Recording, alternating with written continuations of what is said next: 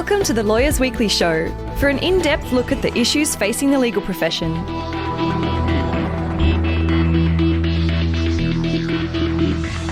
Hello and welcome to another episode of the show. My name's Jerome Dorasami. Today I'm joined by Geoff Ebbett, who is the principal of Your Online Legal Group.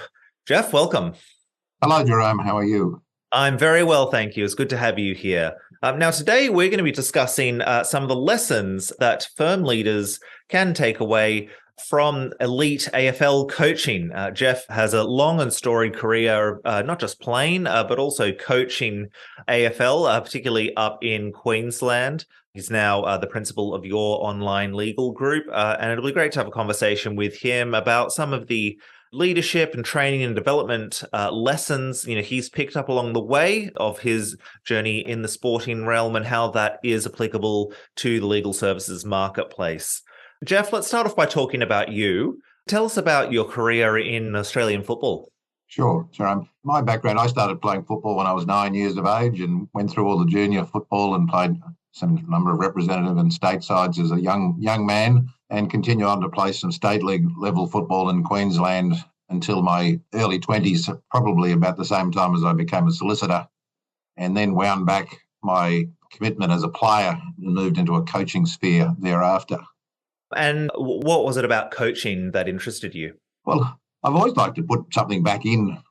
I spent a long time being coached, and I really enjoyed the concept of coaching once I'd finished playing. So from about the mid-1990s, when I stopped playing competitive football, I then started working with youth players in the representative level and been coaching pretty much ever since. So, since the 90s, you said, so that's about 30 years of coaching in different levels? It's getting closer to that, yes. Yeah. And what teams have you been looking after in that time? Well, I've looked after a number of, in the last 25 years, a number of wide bay representative sides from players between about 13 and 18 years of age. Over the last 10 years, though, I've been working with the Brisbane Lions and their academy, and as part of that, managing the players, both male and some female players who are coming through the system, again, through that age group, 13 to 17, 18 years of age. And tell us a bit more about what the actual sort of coaching regimen would look like, outside of, your average strength and conditioning and, team tactics. You're looking after age groups there that, obviously are in their formative years of life, becoming young adults and obviously preparing for the professional league, if they do make it that far. So what kind of holistic approach is needed, when you're coaching sports people of that age? Well, I think we now break it into sort of three components. There is the overarching football team-related skills of understanding the game and how to play. But now we are very much focused on the individual, both from an individual development plan point of view, from them developing their own skill base, craft work as we would probably commonly call it now, but also developing as humans as well, because our whole philosophy is to develop good humans. And in that regard, we do a number of things to work with players in relation to their mental well-being, growth mindsets, and positive outcomes so that they get something from their football beyond the football. How much have the coaching approaches changed in the 3 decades that you've been involved? You must have seen quite a bit of change in this regard. I think there's been an enormous change. Once upon a time in my early years of coaching, it was much more that you coached as if you were a player. And when you were a player back in the sort of 80s and 90s, it was a much more sort of vigorous approach, do as I do, or do as I say, philosophy of coaching without necessarily explaining or breaking down why we do things. And I think a bit like working in business, we now have to explain to people why we do things. So the coaching has metamorphosized, I suppose, over that time into a much more two-way feedback where the players even coach themselves from time to time. You've probably had to adapt, be agile and flexible quite a bit over those years. How have you found that process? Oh, look, I've enjoyed the changes over the period. I don't think I was ever a fire and brimstone style of coach in the first place. So where we are now is I'm very comfortable with. And you've been involved for 3 decades, as we've said. What are you still getting out of it? On a personal level. Clearly, if you've been doing it for this long, there must be quite a few things that are motivating you to get out of bed in the morning. I think When you work with young people, you stay young in your mind. I get that personal benefit from coaching, working with young people. It also helps you keep fit. I have to say, when you're chasing 14 or 15-year-olds around the field when we don't have many numbers on the park, so to speak. From their point of view, I just like seeing a number of our players growing as individuals and also succeeding on the field. So we have players now coming from our region, which is in regional Queensland, and reaching very high levels across Australia and playing in different leagues. And for example, we have two of our players at the moment who are playing at VFL level, who are coming from regional Queensland, which is a fantastic result for a small area. Absolutely. You must keep pretty busy, given that you're also, looking after your online legal group, which I'm keen to hear a bit more about, Geoff, and we'll get to that on the other side of this. The Lawyers Weekly Australian Law Awards are back to give you an unparalleled awards program celebrating the excellence and dedication within the Australian legal industry. Submissions and nominations are now open. You can nominate a peer or firm for the opportunity to receive one of these prestigious accolades, or directly submit for yourself. Elevate your career and showcase your unrivaled contribution to the legal industry with a win at the 2023 Awards. Get involved today. Visit australianlawawards.com.au to start your own submission or place a nomination for an outstanding peer.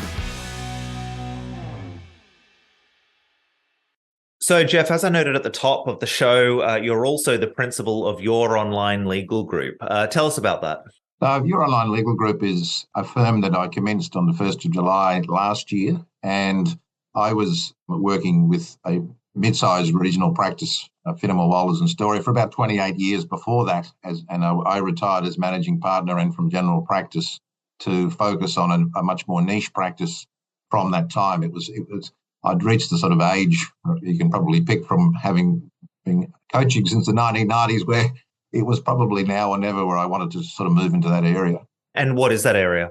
So Your Online Legal Group provides family law services. In particular, we operate under the brand Your Divorce, which is probably now the largest divorce provider undertaking divorces in Australia.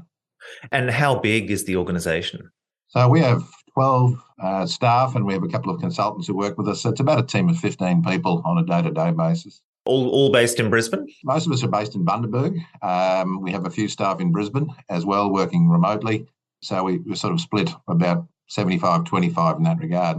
You said that you've been in practice for roughly the same amount of time as you've been coaching. How and when did you get into the profession? After your own playing days. Well, I probably mirrored. So obviously, going through university for a number of years, I continued to play my sport at the same time. And then back in the good old days, we did a couple of years of articles before we became admitted as solicitors. I continued to play through that period, and then in my early days as solicitor, decided that it was getting probably a bit too hard to juggle serious football and the work and the risk of injury and things like that. So I started winding that back down. Was lucky enough to play one season in the local competition here, won a grand final, and thought that was a good time to retire. Fair enough. And how has your sort of ongoing involvement in football, be it either on the field yourself or from the sidelines coaching, how has your ongoing involvement aided your own development as a lawyer and then ultimately as a business manager? Have you found that it's been a really important outlet to sort of give you balance, give you perspective? Well, I think it's both that. It's when you're coaching a football team, you find that it's a bit like learning how to dance. You can't think about anything else while you're doing it. So coaching in that sense takes your mind away from the day-to-day rigors of running a legal practice. Conversely, the things we learn from working at elite level with AFL coaching is that a number of the lessons that we try to impart, or the methods of which a football club has run, such as the Brisbane Lions, is quite transmissible to running a legal practice. Absolutely. Tell me a bit more about some of those, transferable things that you have been able to develop for the sake of your own growth as a practitioner. Well, I think from a young age, playing all the way, the lessons of teamwork, being aligned as to where you're wanting to go in a football sense, is very much the same pillars on which you build a law firm. The vision and the mission of a law firm is very much like an elite football side trying to reach a goal. There are some differences. For example, a a team lives or dies, I think in a football sense, generally on a year-to-year basis, a legal firm is an infinite thing that can go on for decades. And I think there is a difference between how you manage a football team trying to win a trophy on a year-to-year basis as opposed to running a legal firm. But the alignment and the non-negotiables of how you get there, I think, are very similar. So what are some of those non-negotiables?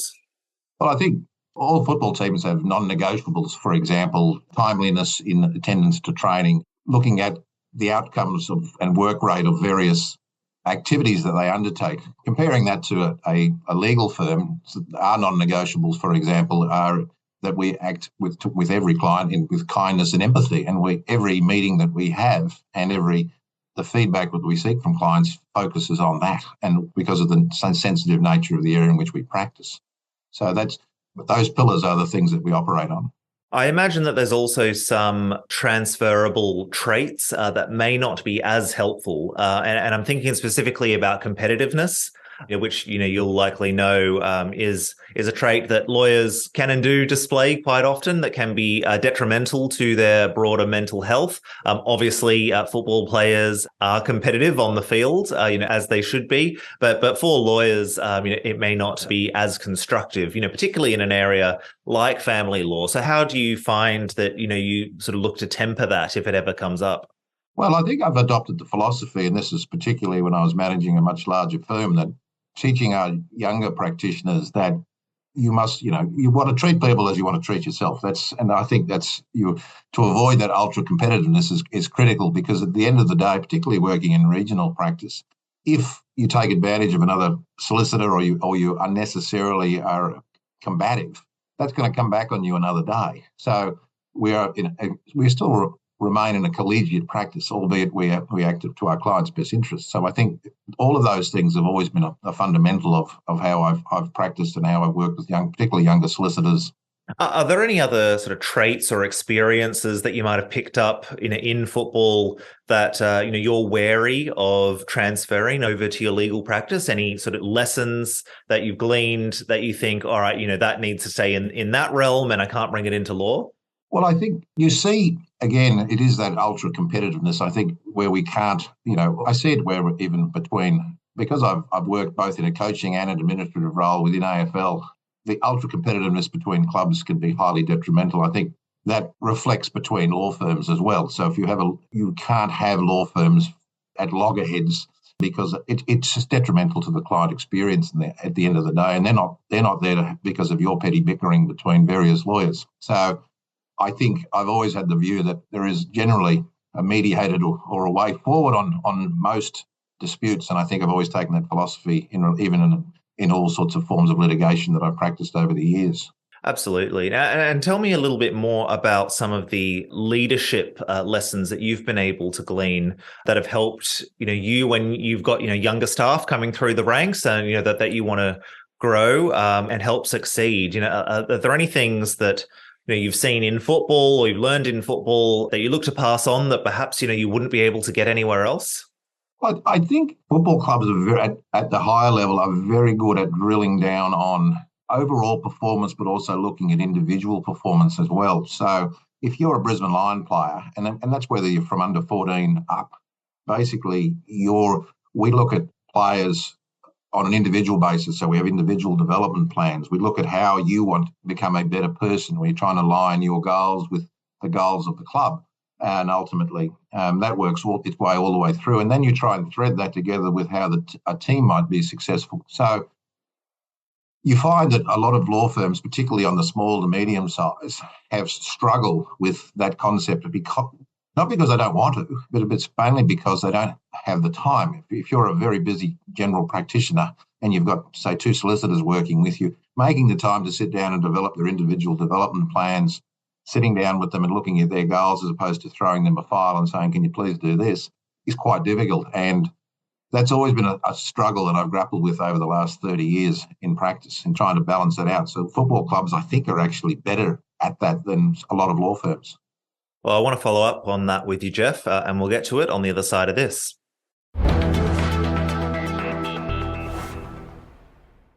Geoff, tell me a bit more about, this idea that football clubs might be better than law firms, at certain, leadership and development traits. And I'm really interested to know, what law firm leaders can be learning from football clubs that perhaps they're not doing very well. Well, I think it's a time balance issue and a resources issue to some extent, in the sense, as I pointed out before the break, that you've got to have sufficient free air to work with your staff towards where they're wanting to go and where the firm's aligned towards where it's going to go. The advantage of a football club or a football team is that they might have 6 or 7 coaches, and 2 or 3 of those coaches' sole role might be player development. And when you've got resources like that, it really makes a big difference in terms of the amount of time you can put into an individual player. As I pointed out, if you're a law firm between 1 and 50 people in size, the difficulty is you're so busy doing the work that you don't sometimes have the time to take a breath and work with younger practitioners, particularly on developing them or spending the time to actually understand where they're coming from in their careers. Absolutely. And do you think that sort of post-pandemic, with more and more lawyers and law firms, working remotely, working flexibly, that perhaps some of these training and development issues are becoming more difficult for firm leaders to navigate, or is it perhaps making things a bit easier from what you can tell? Well, strangely enough, because we were in regional Queensland, we weren't quite as badly impacted by COVID as some of our southern brethren, but I can certainly see in flexible firms where we have staff at home 2 or 3 days a week that there is that risk of the loss of collegiality, the loss of the ability to provide that feedback. But again, it's a matter of making the time to do it. If you can make the time to do it, or you can delegate or have sufficient staff whose job that is, then I think you can still succeed in either way. What would you say, Geoff, to law firm leaders who are looking, to better upskill and ensure that they can guide their staff as best as possible, but who are perhaps reluctant, or skeptical of the idea of taking lessons from, the world of elite AFL coaching? Why should they see leadership in that realm as being relative to legal practice? Well, I've seen it throughout my career. If you don't nurture younger practitioners, you lose them. That's the facts. You lose staff for a number of reasons, but a failure to communicate with them is one of the probably 2 or 3 major reasons that you will lose key staff. There's no doubt.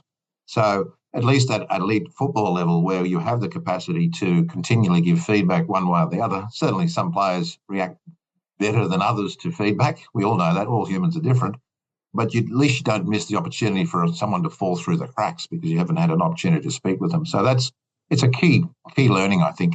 Are there certain ways that law firm leaders can glean some of these lessons from elite AFL coaching? Obviously they can watch the games on telly, as a lot of us do. But are there other ways that they can, think outside the box and be able to take these lessons on board? Well, I think you look at the leadership you look at the coaches box in an elite AFL game, and there are a dozen people in there at least. And that you might think from the outside, well, what are they all doing? Well, they're all doing something. What you might have one person looking at the defence, you might have one person looking at the attack, you might have someone doing statistical analysis on the other team. What are they doing right now? The head coach on a game day, for example, is about 10% of what goes on in a coaching box. And I think the art of delegation of the management of a law firm and management of staff, young practitioners, key personnel and things, is something that you can certainly delegate, because it's certainly even from probably under 14, under 16 level, where we have multiple coaches working with young players, the ability to sort of delegate the skill and develop the skill base to give the feedback to staff and or players, as the case may be, is something we could learn. Do you look to pass on some of this advice to other lawyers in the community? And if so, have you found that, they've been able to take these lessons on board and implement them successful? Well, I think certainly within my previous firm, we spent quite a bit of time talking about these issues. I said, is running a mid-sized firm like running a mid-sized AFL side? And sometimes it was a bit sceptical, some of the responses, but I think as I've tried to elaborate on, there are a number of similarities. Geoff, just finally, for those listening, are there any other, particular words of wisdom that you might have as to, the lessons from the world of AFL coaching that they, should try to take on board, as they look to steer their law firms through, this period of ongoing turbulence and uncertainty? I think ultimately it is a lot, well, I'll say cheaper, but it's better to keep your existing staff happy than it is to try and replace them. And if you can develop processes on a continuous basis as opposed to an annual performance review that make those staff feedback sessions more valuable, give the staff some ability then to feel that they're growing in the role that they're undertaking, be that from a skill base, be that from a leadership base, because all football teams, you may be aware, have probably a leadership group of between 5 and 15 players at the elite level. That's the key. The key is here as a small to medium law firm is to develop leadership as quickly as you can. And that's probably the key learning, is that the more responsibility you give and the lessons you can pass to your younger staff and your more senior staff as they come in, makes your job easier. So it certainly makes my job here easier when I've got a few absolute key people that you work with and you trust to be able to keep the ball rolling. Absolutely. Geoff Ebbett, thank you so much for your time. Thanks, Jerome. It was lovely to talk to you. And thank you to the listener for tuning in. If you enjoyed this episode, please give us a rating and review on whatever platform you use to listen to podcasts, as it'll help other lawyers discover and enjoy this show. And if you've got ideas for other episodes we can run, please get in touch at editor@lawyersweekly.com.au. You can also reach us on social media. See you again next time. The information featured in this podcast is general in nature and does not take into consideration your financial situation or individual needs and should not be relied upon. Before making any investment, insurance, tax, property or financial planning decision, you should consult a licensed professional who can advise whether your decision is appropriate for you. Guests appearing on this podcast may have a commercial relationship with the companies mentioned.